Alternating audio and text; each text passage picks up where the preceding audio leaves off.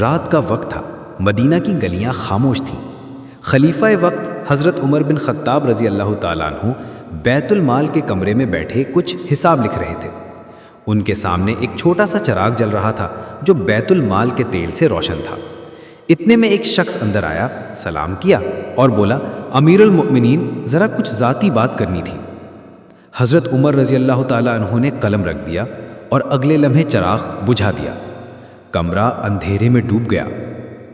وہ آدمی حیران رہ گیا، پوچھا، امیر المؤمنین، آپ نے چراغ کیوں بجھا دیا؟ حضرت عمر رضی اللہ تعالیٰ عنہ نے فرمایا، یہ چراغ بیت المال کا ہے، یعنی مسلمانوں کے مال سے خریدا گیا ہے۔ ابھی جو بات تم کرنے آئے ہو وہ ذاتی بات ہے، ریاست کی نہیں۔ میں مسلمانوں کے مال کا تیل اپنی ذاتی گفتگو میں خرچ نہیں کر سکتا۔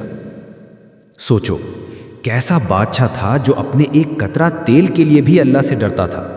نہ کوئی پہرے دار، نہ محل، نہ تخت و شہین، صرف انصاف، دیانت اور خوف خدا۔ یہ وہی عمر تھے جن کے عدل کے چرچے زمین سے آسمان تک پہنچے، جن کے زمانے میں درندے اور بکریاں ایک ہی گھاٹ پر پانی پیتے تھے، کیونکہ سب جانتے تھے کہ زمین پر عمر زندہ ہے، عدل زندہ ہے۔ آج کے حکمرانوں، بادشاہوں اور بڑے لوگوں کو اگر حضرت عمر کا یہ ایک لمحہ سمجھ آ جائے تو دنیا عدل سے بھر جائے۔